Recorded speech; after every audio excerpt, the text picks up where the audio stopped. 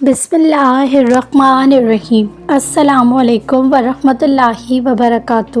ناظرین، ایک مرتبہ کلمہ طیبہ پڑھ لیجئے اور کومنٹ سیکشن میں ڈن لکھ دیجئے۔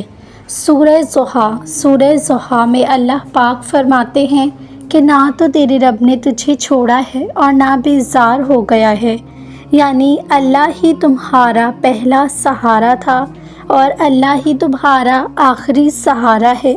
تم کتنے ہی گناہ گار کیوں نہ ہو، تم کتنے ہی نافرمان کیوں نہ ہو، جب جب تم اس سے پکارو گے تب تب وہ تمہاری پکار کا جواب دے گا۔ وہ تم سے ناراض نہیں ہے، نہ ہی اس نے تمہیں تنہا چھوڑا ہے اور نہ تم سے ناخوش ہے، بلکہ وہ تو تمہارے انتظار میں ہے کہ کب تم اس کی طرف لوٹ آؤ اور وہ تمہیں معاف کر دے۔ تم پلٹ آنے میں دیر کر دیتے ہو، لیکن اللہ کبھی دیر نہیں کرتا، وہ تو بس تھام لیتا ہے اور رحم فرما دیتا ہے۔ اس پر یقین رکھو، اسی سے مانگو، اگرچہ دینے میں کچھ دیر ہو رہی ہے، لیکن وہ وقت دور نہیں جب تمہارا رب تمہیں اتنا دے گا کہ تم اس سے راضی ہو جاؤ گے۔ کہانی کو اللہ تہجد تک تب لاتا ہے جب وہ چاہتا ہے کہ میرا بندہ مجھے منائے، مجھ سے باتیں کرے، میرے سامنے اپنی جھولی پھیلائے تاکہ وہ اس کی مانگی ہوئی مرادوں میں آ ملے۔ تہجد اور حالات میں ان راستوں پر چلنے پر مجبور کر دیتے ہیں جن سے ہمیں تکلیف پہنچتی ہے، لیکن وہ راستے ہماری بہتری کے لیے ہوتے ہیں۔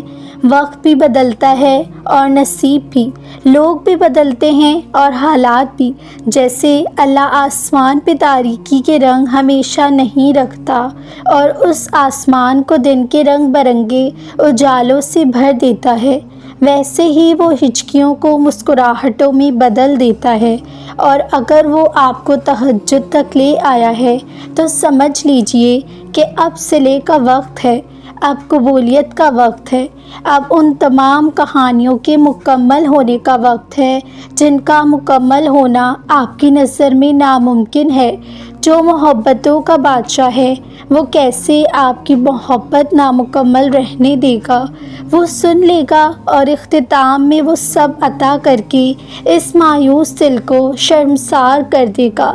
تہجد کا سجدہ اپنے آپ میں ہی بہت طاقت رکھتا ہے اور وقتی تہجد مانگی جانے والی دعاؤں کی شدت کا مقابلہ کوئی بھی نہیں کر سکتا، یہاں تک کہ نصیب بھی نہیں۔ تہجد کی محبت کی تکمیل ہے، اللہ سے محبت کی تکمیل۔ باقی نمازوں پہ انسان اللہ کی پکار پہ اس کی جانب جاتا ہے، مگر تہجد کے لیے انسان پکار کا انتظار نہیں کرتا، بس نیند سے غافل ہو کر تڑپتے ہوئے دل کے ساتھ اللہ کی جانب سسکتے ہوئے دوڑا چلا جاتا ہے۔ شاید اسی لیے تہجد فرض عبادات کا حصہ نہیں ہے، جس کے بعد محبوب سے محبت اور گفتگو کیے بغیر دل کہیں چین نہیں پائے۔ ایسا عشق جس کے محبوب کے ہر حکم پہ چپ چاپ سر جھکا لیا جائے، تبھی تو اللہ کی سب سے لاڈلی عبادت تہجد ہے، اور اس تک اللہ اپنے لاڈلے بندوں کو ہی رسائی دیتا ہے، کبھی غم دے کر تو کبھی راتوں کی نیند اڑا کر۔ وہ اپنے پسندیدہ بندوں کی آواز سننے کے لیے پکارنے کے کئی بہانے بنا دیتا ہے۔ نہ آزمائش ہمیشہ رہتی ہے، نہ یہ مرحلہ مستقل ہے۔ وہ جو عادل ہے وہی کفیل ہے، وہ جو دور لگ رہا ہے تمہیں وہ تمہارے قریب بھی ہے۔ وہ مانگی ہوئی دعا رد نہیں کرتا، وہ تہجد کے سجدوں کو کبھی بھی ضائع نہیں کرتا۔ جہاں کسی کی نگاہ پہنچ نہ ہو وہ وہاں سے راستے نکالتا ہے جہاں سے کسی کو گمان بھی نہیں ہوتا۔ تہجد بہت طاقتور عبادت ہے کیونکہ یہ ثواب یا گناہ کے خوف سے عادی ہے۔ تہجد تک انسان تب پہنچتا ہے جب ساری حسرتیں دل کا ساتھ چھوڑ دیتی ہیں، پھر انسان یہ نہیں سوچتا کہ اتنا ثواب ملے گا یا اتنا گناہ ملے گا، تب بس انسان یہ سوچتا ہے کہ اللہ ملے گا، اللہ سے ملاقات ہوگی۔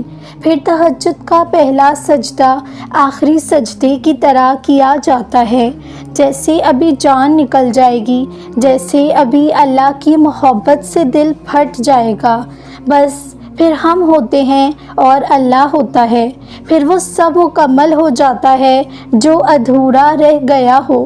تہجد سے بڑی عشق کی کوئی دلیل نہیں۔ تہجد بہت افضل عبادت ہے، تبھی یہ فرض نہیں کی گئی، کیونکہ فرض عبادات تو انسان اکثر خوف سے بھی پڑھتا ہے یا یہ سوچ کر بھی پڑھ لیتا ہے کہ اس کا روز محشر سوال کیا جائے گا، مگر تہجد ہر ڈر سے آزاد ہو کر پڑھتا ہے۔ اس میں سوال کا جواب کا خوف نہیں ہوتا، یہ سوچا جاتا ہے کہ یہ فرض ہے، تہجد عشق کی نماز ہے، اور بس یہ سوچ کر پڑھی جاتی ہے کہ آج اللہ سے ملاقات کرنی ہے، آج اللہ سے تب بات کرنی ہے جب سب سو رہے ہوں گے، جب گفتگو کی آواز اور ہچکیاں لیتا ہوا دل کسی کو دکھائی نہ دے گا۔ جب دل اللہ کی محبت سے بھر جاتا ہے، تب اللہ انسان کے دل میں اتنی تڑپ پیدا کر دیتا ہے کہ وہ رات کے گھپ اندھیرے میں اپنی سکون وہ نیند چھوڑ کر اللہ سے ملنے آتا ہے۔ اور سوچو وہ منظر جب تم اللہ سے ملاقات کے لیے اس کے روبرو جاؤ اور وہ پہلے سے تمہارے انتظار میں ہو، تو کیا کیفیت ہوگی۔ سارا جہاں محبت کے رنگوں میں ڈھل جائے گا، ہر چیز معجزہ لگے گی، اور اللہ کی محبت سے دل یوں پھٹنے لگے گا کہ جیسے سکون سے ابھی جان نکل جائے گی۔ تبھی تو سب سے لاڈلی عبادت تہجد ہے یہ، اور اس عبادت تک پہنچ جانے والا اللہ کا سب سے لاڈلا بندہ ہے۔ اور بتاؤ پھر جب لاڈلا فرمائش کرتا ہے تو کیا اس کی فرمائش کو رد کرنے کی گنجائش باقی رہتی ہے؟ تہجد کو آتے ہیں سارے ہنر اللہ کو منانے کے۔ کچھ حقیقتوں کا علم ہمیں ہمیشہ سے ہوتا ہے، لیکن دل انہیں ماننے پر راضی نہیں ہوتا، اور اگر راضی بھی ہو جائے تب بھی دل کی کسی نہ کسی کونے میں یہی امید چھپی رہتی ہے کہ کیا پتہ ایسا نہ ہو، کیا پتہ یہ حقیقت بدل جائے، پتہ ہے یہ جھوٹ ہے۔ ہماری یہی حرکت ہمیں نہ جانے کتنی دیر تک بے سکون رکھتی ہے۔ زخم تبھی بڑھتے ہیں جب ہم آزمائش کو تسلیم کر لیتے ہیں، اور آگے بڑھنے کی ہمت تبھی آتی ہے جب ہم حقیقت کو مان لیتے ہیں اور اللہ کی رضا کو قبول کر لیتے ہیں، اس یقین کے ساتھ کہ اسی میں ہماری بہتری ہے، یہی ہمارے لیے بہترین تھا۔ آسان کچھ بھی نہیں ہوتا، جو چیز مشکل لگ رہی ہوتی ہے، لیکن روز روز رونے سے بہتر ہے کہ ایک دفعہ ہی رو لیا جائے اور خدا کی مصلحت پہ آمین کر لیا جائے، کیونکہ اس کے سوا کوئی چارہ بھی نہیں ہوتا، ورنہ انسان عمر بھر تڑپتا رہتا ہے اور شکوائے خدا سے کرتا رہتا ہے، یوں اپنے اوپر بھی ظلم کرتا ہے اور خدا کے انتخابات کی بھی توہین کرتا ہے۔ پھر وہ وقت بھی آئے گا جب تم یہ ساری مصلحتوں کی حقیقت کھل جائے گی، جب ہر چیز، ہر امتحان، ہر آزمائش کی سمجھ آنے لگے گی، جب تمہیں صبر عطا کر دیا جائے گا، ایسا صبر جس کے بعد حوصلوں کو زوال نہیں ہوگا، ایسا صبر جس کے بعد تمہیں سب کچھ عطا کر دیا جائے گا، جب تمہیں مکمل جوڑ دیا جائے گا اتنی مضبوطی سے کہ پھر کوئی تمہیں توڑ نہیں سکے گا، جب تمہیں ہر اس چیز سے نواز دیا جائے گا